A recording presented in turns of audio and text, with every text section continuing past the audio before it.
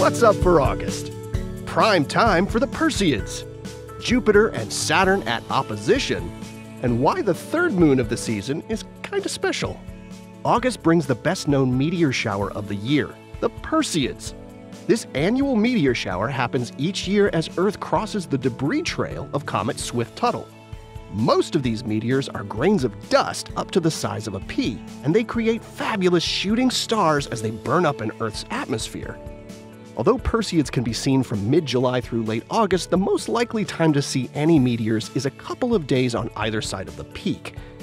This year, the peak falls on the night of August 11th and into the pre-dawn hours of August 12th. Think of that as prime time for the Perseids. Under really dark skies, you could see almost one per minute near the time of maximum activity.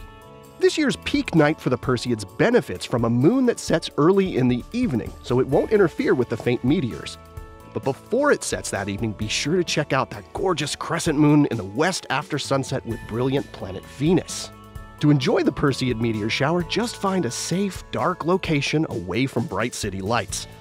Lie down or recline with your feet facing roughly toward the north and look up. The meteors appear to radiate from around the constellation Perseus, but they can streak across the sky anywhere above you. NASA also has a way for you to catch some Perseids online.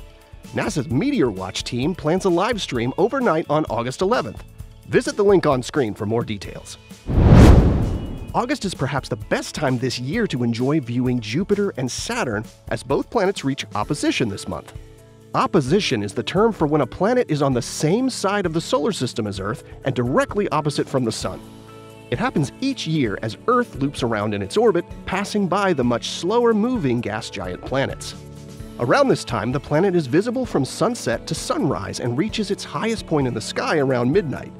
Opposition is also near the time when Earth is closest to the planet, so this is when the planet tends to look its biggest and brightest. Now, opposition does technically have a precise moment when the Sun, Earth, and the planet line up, but in practice it's better to think of it as a period of time, usually about a month. For Saturn, opposition takes place this year on August 2nd, and for Jupiter, it's August 19th. For the latest close-up views and discoveries from Jupiter, follow NASA's Juno mission with NASA's Solar System Exploration website and social media. As you're enjoying Jupiter and Saturn during August, watch as the increasingly full moon slides beneath the pair of planets over several days from the 19th to the 22nd. Plus, the full moon on August 22nd is what's known as a seasonal blue moon, as it's the third full moon out of 4 this season, where normally each season there are only 3. This happens every 2.5 to 3 years, or as they say, once in a blue moon. Here are the phases of the moon for August. You can catch up on all of NASA's missions to explore the solar system and beyond at nasa.gov. I'm Preston Dykes from NASA's Jet Propulsion Laboratory, and that's what's up for this month.